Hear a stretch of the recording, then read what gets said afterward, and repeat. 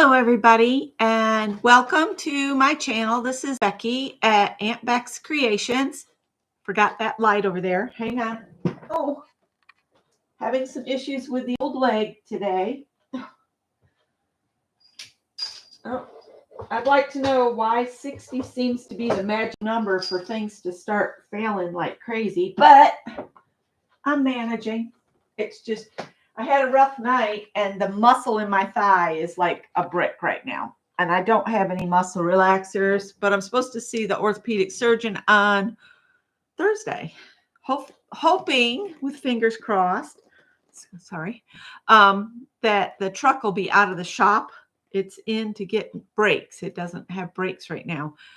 So last week we did the Almond Ridges stitch by Bella Coco Crochet's tutorial. We utilized her tutorial.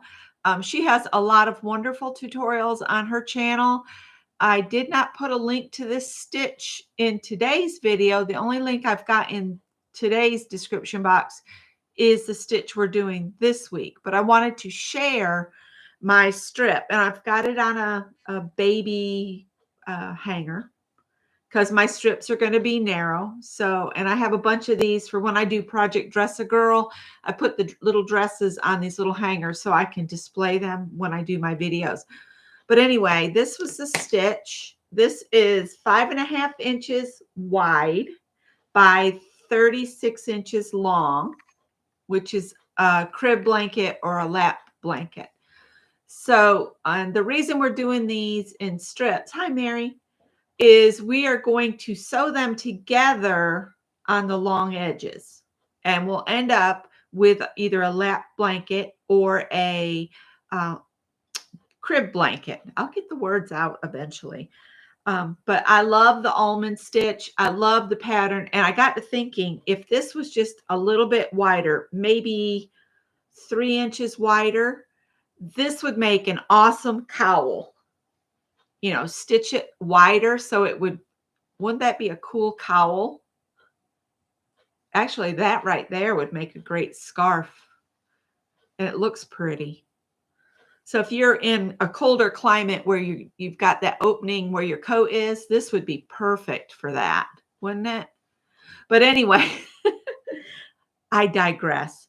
So during Janet's live, she always has everybody put a number in. And I just took the first number that was in my range that was put on there, and I didn't write who typed it in, but it was the number 15. So I went back to our crochet along from a couple years ago, and I looked up the number 15, and it was the Crochet Granny Spike Stitch. And we followed a tutorial by Hooked by Robin, and that's the link you'll find in the description box below. I'm sorry, my nose is itching. I use my nasal spray, and now everything is yucky. But anyway, the repeat is 4 plus 1. So you take 4 and multiply it by however many you want. So I did 4 times 3 is 12 plus 1. So I started with a chain of 13. And I'll show you, I just started this about 10 minutes ago. Look how fast this is going. And this strip is only going to be about a little less than 4 inches wide. And it really doesn't matter how wide your strips are. You just got to keep the length of them uniform, because we're going to sew them along the long edge. So Kathy, Joyce, Mary, Gail, Teresa, I think that's everybody that said hello so far. So you can see this works up really fast. Feel free to do any multiples of 4. Like if you only want to do a really narrow strip stitch, you could do 8 plus 1 and start with 9. Or you could do 4 times 4 is 16 plus 1. That would be 17 stitches. So you pick what multiple of 4 you want to do. If you want something that's going to work up quickly so that you can get these done quicker, just do a lower multiplication. So 2, 3, 4, whatever you want to do. I think in Hook by Robin, she did the 6 times 4 because she did 25 stitches, I think, to start. But you choose what you want to do, however wide you want your strips to be. And I think that varying them by the repeats, you're going to end up with different widths. They do not have to be the same width. In fact, I think the blanket would be a whole lot more interesting if you didn't worry about how wide the strips were. It's really irrelevant in my mind because you just have to make sure they're the same length. So I'll work this until it's 36 inches wide. If I get to a point where it looks like I might go past the 36, I might stop and maybe just do a row of single crochet so that it would kind of look like the beginning chain at the top. That's a way to come up with your exact measurement if you want to. So this one is a lot of fun to do because you're doing a basic granny stitch, but the center of the 3, you're going to work in the row below. Do y'all remember doing this one? So you're just doing double crochets. And when you get to that second one, you're going to drop down to the center stitch on the one below and draw up a tall.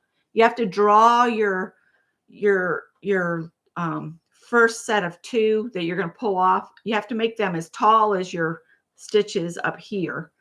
So it's an elongated stitch. And then you go back and you put another double just into the chain 1 space. And if you watch Robin's video, it's not a very long video, you'll get the pattern. If you want, she shows how to change colors. If you want to deal with tails, I'm at a point where I don't want to change colors a lot, but feel free if you're up to it. I just finished that massive hexagon and I want no part of tails right now. None. Okay, let's see. Well, Safia is currently doing a hexagon blanket, so she probably doesn't even want to do this until she's over her tail issues.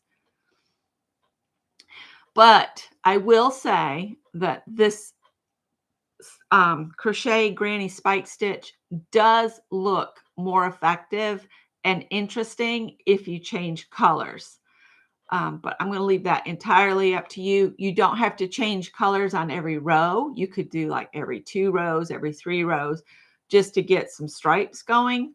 Again, that's a personal choice, whatever you want to do. I'm just not over the trauma of the hexagon blanket. So, hi, Janet. Aren't you good to sew them in as you go? Yep. I was going to try that, but I found that if I didn't do that, I got a better finish on my hexagon. I didn't end up with as many bubbles after I learned some different ways of stopping and starting. I learned some things making that one. You got a busy morning, Heather says. All right, guys. The only other thing I'm working on crochet wise is at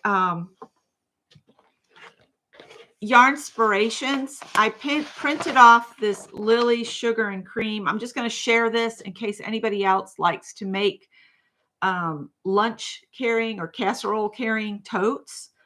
This one's at Yarnspirations. I'll go back and I'll put the link to this. It's a free pattern. I'm currently working it up for Scott. I use something like this, but usually I do a quilted version. But I saw this one on the Yarnspiration site and I thought, oh, how cool.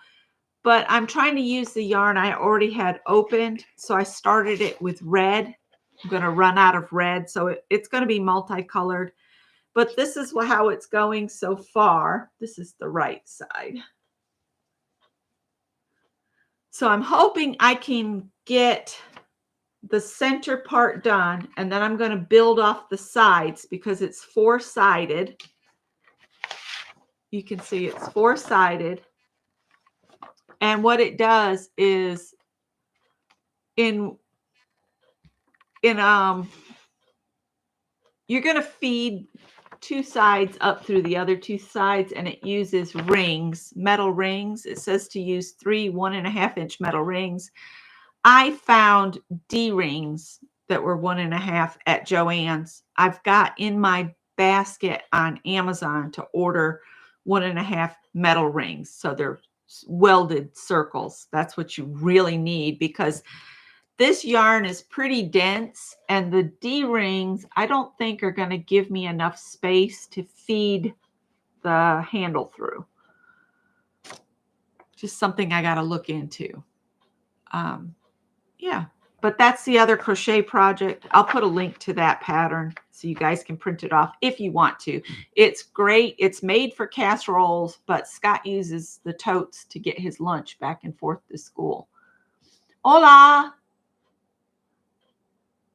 Maritza says, hola. Let's see.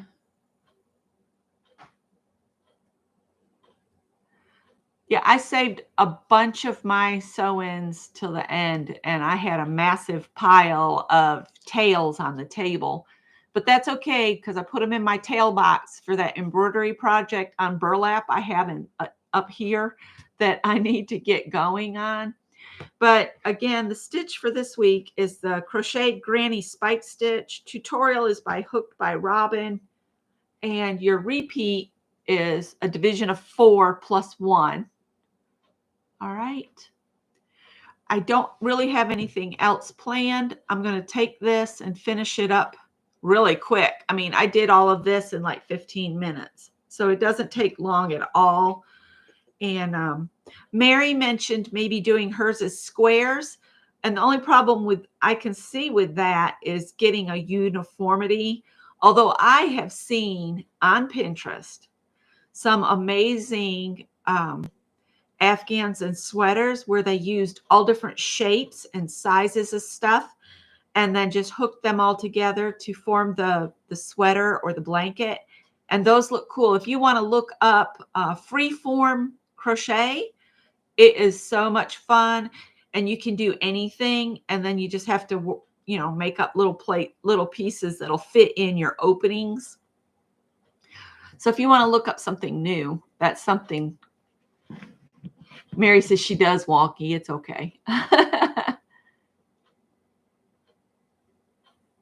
Oh, you think madness lies there? Well, I have a whole paper box that your printer paper comes in. That's up almost full. And I've got a big piece of burlap. But I'm thinking I'm going to need something to stabilize the burlap. So we'll see where my brain takes this. I did plan to do something else at 6:30 this morning, but after last night, I went back to bed. As soon as I got Scott out the door to work, I was back in bed trying to get some sleep because, I mean, seriously, the muscle pain from last night, I need to look up what to do to release this tension on this muscle. I mean, my thigh muscle is hard as a rock. I've put my a pair of compression socks on, thanks to Anne. She sent these to me. But yeah, I'm trying to get the circulation going. I really need a muscle relaxer, but since I'm going to the doctor on Thursday to this ortho, I'm just trying to just relax and get it to relax. So if you guys missed Janet this morning, she did a cute page and again.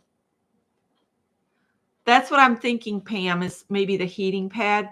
I wish there was a plug close to my recliner, because that would be like the perfect situation.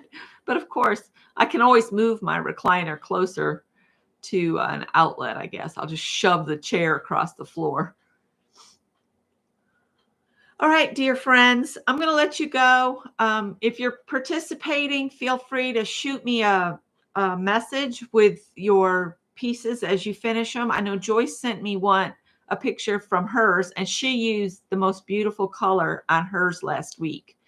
And so Joyce, if you want to share that in Aunt Beck's Creations, that'd be great. And then others that are members over there on that Facebook group can see it as well. And I'll see you guys Wednesday. I'm not planning to do any videos, but I may shoot up a couple shorts just so I'm putting a little something up each day because it seems to be helping my channel. And it really doesn't matter if I do a full length video, if it's just a short. In fact, the shorts bring more people to me than my videos these days. All right. Bye, guys.